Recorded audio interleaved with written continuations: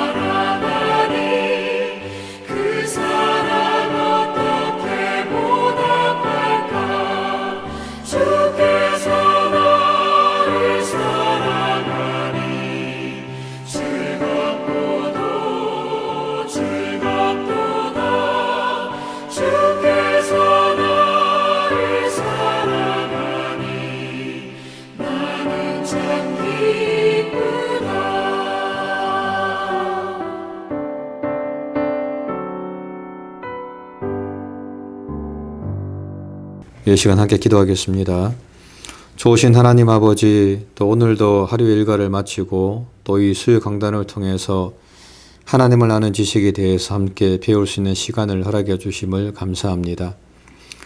하나님, 우리가 하나님을 안다고 말은 하지만 사실은 하나님에 대해서 모르는 것들이 너무나 많음을 이 시간 고백합니다.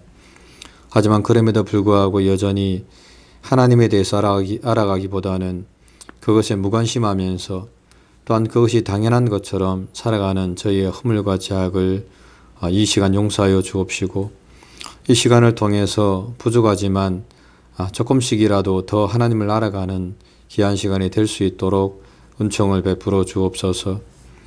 하나님, 세상은 여전히 혼란과 또 죄악과 전쟁과 기근으로 인해서 수많은 사람들이 어려움과 고통을 당하면서 살아가고 있습니다. 하나님, 바라옵기는 저들을 불쌍히 여겨 주옵시고 이 땅 가운데 속히 참된 하나님의 나라가 임할 수 있도록 은총을 베풀어 주시옵소서. 또한 하나님, 이곳에 하나님께서 세우신 은혜와 진리 장로교회를 주께서 기억하여 주셔서 이 교회가 이 지역에서 지역교회로서 더욱더 든든히 세워질 수 있도록 은총을 베풀어 주옵시고, 또한 성도들의 가정과 직장, 사업장 가운데도 함께해 주셔서 저들이 영적으로 물질적으로 어려움을 당하지 않도록 은혜를 베풀어 주시옵소서. 또한 한우들을 주님께서 기억해 주사 저들 가운데 빠른 회복과 치유 역사가 일어날 수 있게 도와주옵시고, 어린 자녀들을 주님께서 기억하사 저들의 믿음의 자녀들로서 성장할 수 있게 주님 은혜를 베풀어 주옵소서. 또한 지금도 선교주에서 복음을 전하시는 많은 선교사님들 가운데도 주님께서 함께해 주셔서 정말 저들이 그 직분을 끝까지 잘 감당하는 신실한 종들이 될 수 있도록 은총을 베풀어 주시옵소서. 하나님, 이 시간 시작하는 시간입니다. 마치는 시간까지 함께하여 주옵시고 이 시간을 통해서 피처간의 은혜 받는 복된 시간이 되게 도와주시옵소서. 하나님 아버지의 크신 은혜와 사랑 감사하옵고 사랑 많으신 예수님 이름으로 기도드리옵나이다. 아멘. 네, 말씀은 시편 119편 1절부터 8절까지 말씀입니다. 행위가 온전하여 여호와의 율법을 따라 행하는 자들은 복이 있으며 여호와의 증거들을 지키고 전심으로 여호와를 구하는 자는 복이 있도다. 참으로 그들은 불의를 행하지 아니하고 주의 도를 행하는도다. 주께서 명령하사 주의 법도를 잘 지키게 하셨나이다. 내 길을 굳게 정하사 주의 율례를 지키게 하소서. 내가 주의 모든 계명에 주의할 때에는 부끄럽지 아니하리이다. 내가 주의 어려운 판단을 배울 때에는 정직한 마음으로 주께 감사하리이다. 내가 주의 율례들을 지키오리니 나를 아주 버리지 마옵소서. 아멘. 네, 이 시간에는 수요 강단 9번째로 주의 말씀은 진리니이다 라는 그런 제목으로 함께 이 내용을 좀 살펴보도록 하겠습니다. 성경에 보면 매 구절마다 나오는 커다란 두 가지 전제가 있는데 그 첫 번째는 하나님은 왕이시다 라고 하는 것입니다. 그분은 우주의 모든 일들을 조정하시고 또 우주 안에서 일어나는 이 모든 일들을 자기의 뜻대로 이루어 가시는 그런 절대적인 군주가 되신다고 성경은 말씀을 하고 있습니다. 근데 여기에 대해서는 제가 지금까지 앞장을 통해서 계속해서 많은 어떤 강의를 해왔기 때문에 여기에 대해서는 더 이상 제가 설명을 드리지 않겠습니다. 두 번째는 하나님은 말씀하시는 분이라고 하는 것입니다. 이 말은 하나님은 자신의 뜻을 이루시기 위해서 그의 뜻을 표현하고 있는 그런 말씀을 통해서 세상과 사람들에게 계속해서 말씀하시는 분이라고 성경은 말씀을 하고 있습니다. 그래서 오늘은 이 부분에 대해서 함께 좀 저희가 좀 깊이 좀 살펴보는 그런 시간을 갖도록 하겠습니다.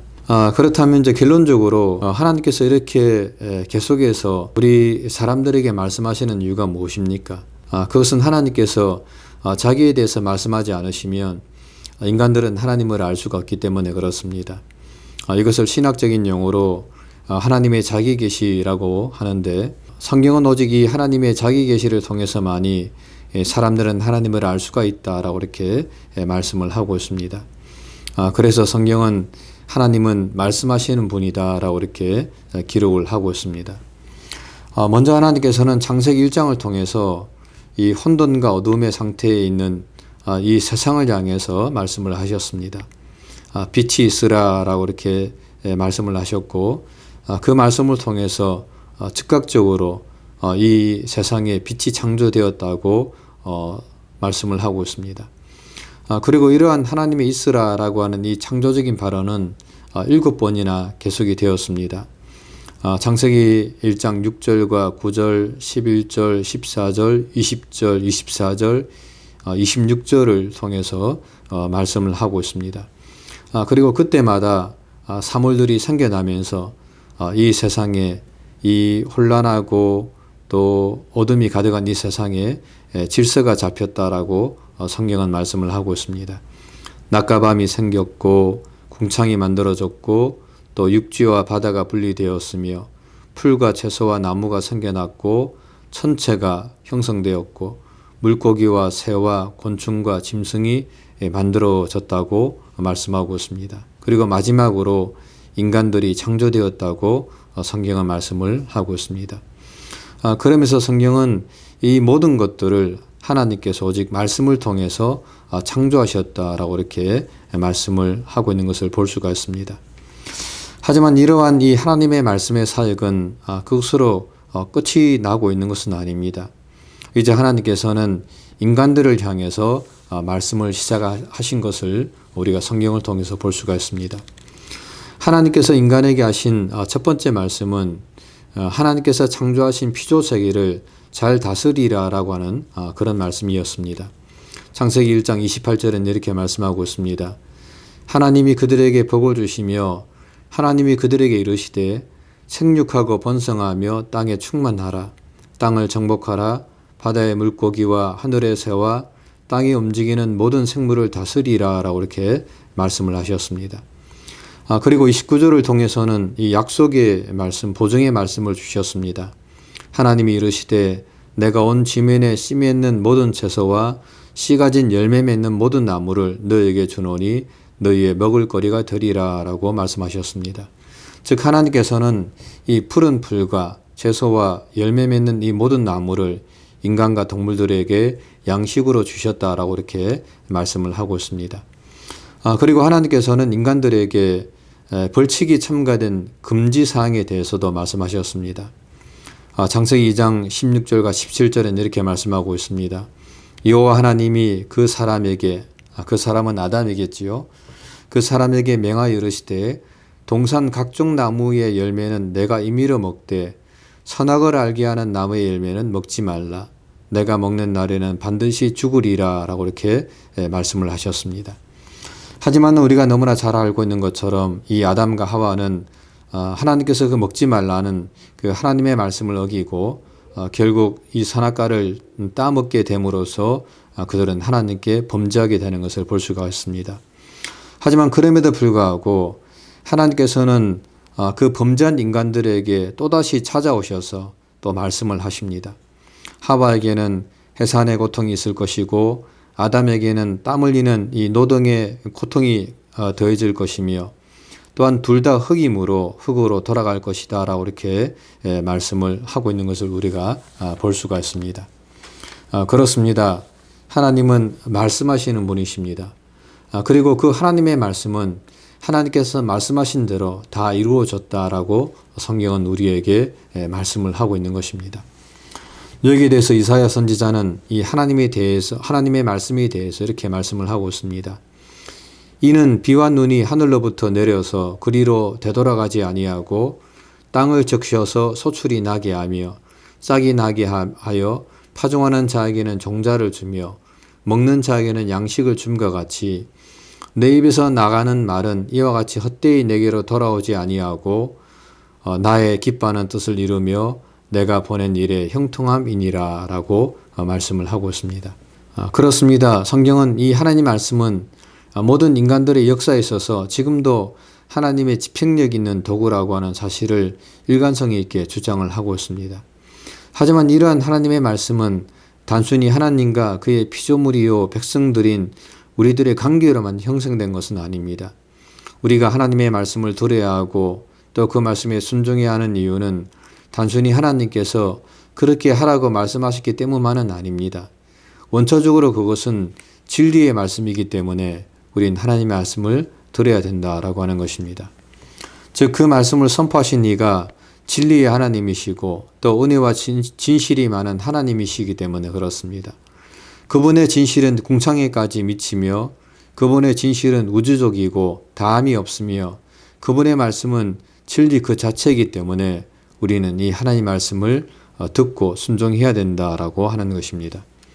이것을 약간 더 풀어서 설명하면 다음과 같습니다. 첫 번째로 하나님의 명령은 진리입니다. 시편 기자는 시편 119편 151절에서 주의 모든 계명은 진리니이다 라고 이렇게 말씀을 하고 있습니다.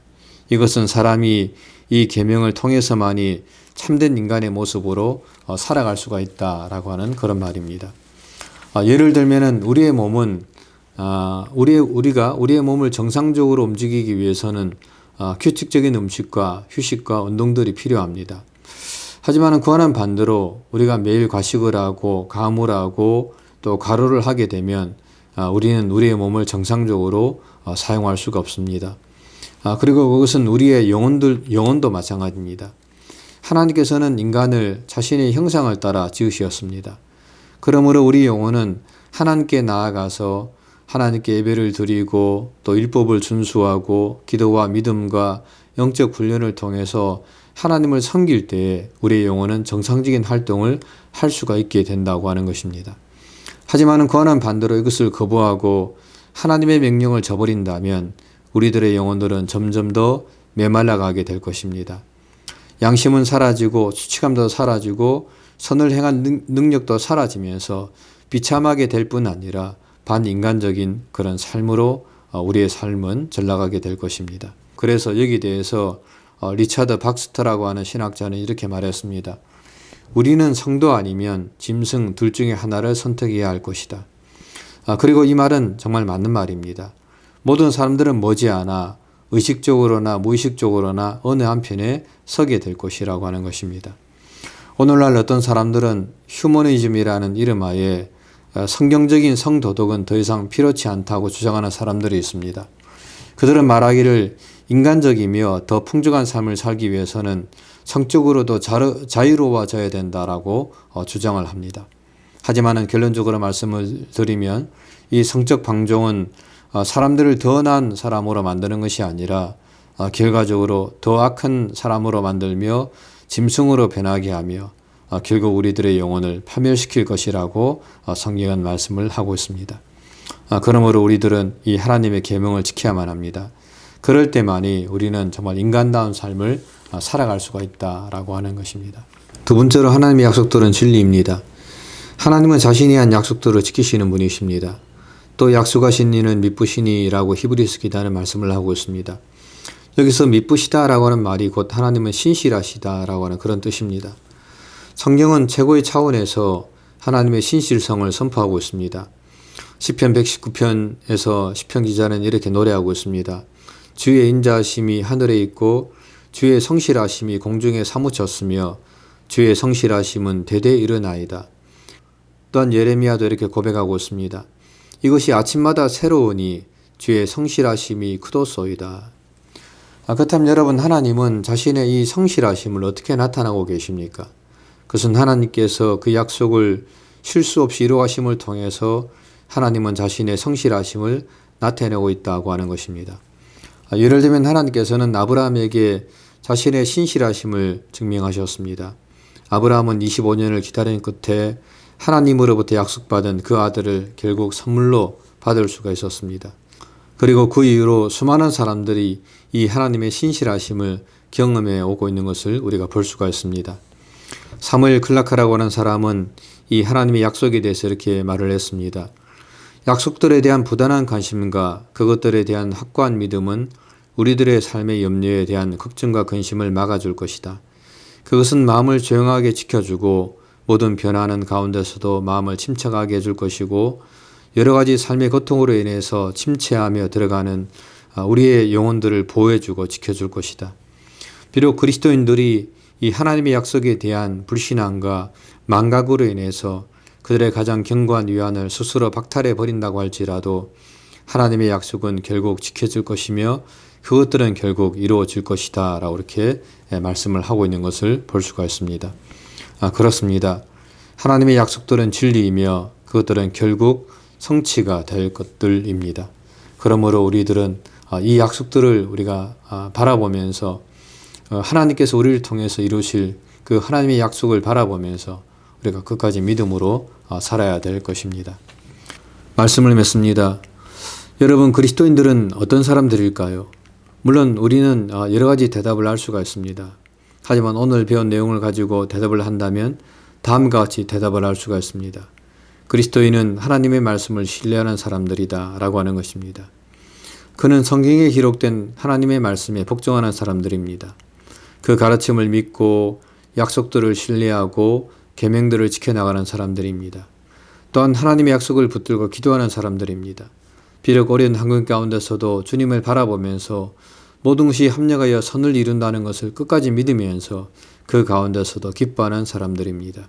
즉 참된 그리스도인은 오직 진리가 되시는 이 하나님의 말씀만을 붙잡는 사람들이다 라고 하는 것입니다. 이런 삶을 통해서 하나님께 영광을 돌리면서 오직 믿음으로 살아가는 저와 여러분들이 되시기를 주님의 이름으로 간절히 부탁을 드립니다. 네, 함께 기도하겠습니다. 참 좋으신 하나님, 또 오늘도 이 수요 강단을 통해서 또 주의 말씀은 진리이다 라는 제목으로 하나님 말씀을 함께 배울 수 있게 해주심을 감사합니다. 하나님 바라옵기는 우리가 이 진리 되신 하나님 말씀을 우리의 삶에 늘 가까이 하게 도와주시고 이 말씀을 읽고 또 묵상하고 상고하면서 늘 하나님의 뜻이 무엇인가를 분별하면서 하나님의 뜻을 이루어가는 우리가 될 수 있도록 은혜를 베풀어 주시옵소서. 하나님 아버지의 크신 은혜와 사랑 감사하고 사랑 많으신 예수님 이름으로 간절히 기도합니다. 아멘. 다 같이 주기도문 하심으로 수요 강단 마치도록 하겠습니다. 하늘에 계신 우리 아버지여, 이름이 거룩히 여김을 받으시오며 나라의 마옵시며 뜻이 하늘에서 이룬 것 같이 땅에서도 이루어지리이다. 오늘날 우리에게 일용할 양식을 주옵시고 우리가 우리에게 죄 지은 자를 사하여 준 것 같이 우리 죄를 사하여 주옵시고 우리를 시험에 들게 하지 마옵시고 다만 악에서 구하옵소서. 대개 나라와 근사와 영광이 아버지께 영원히 싸움나이다. 아멘.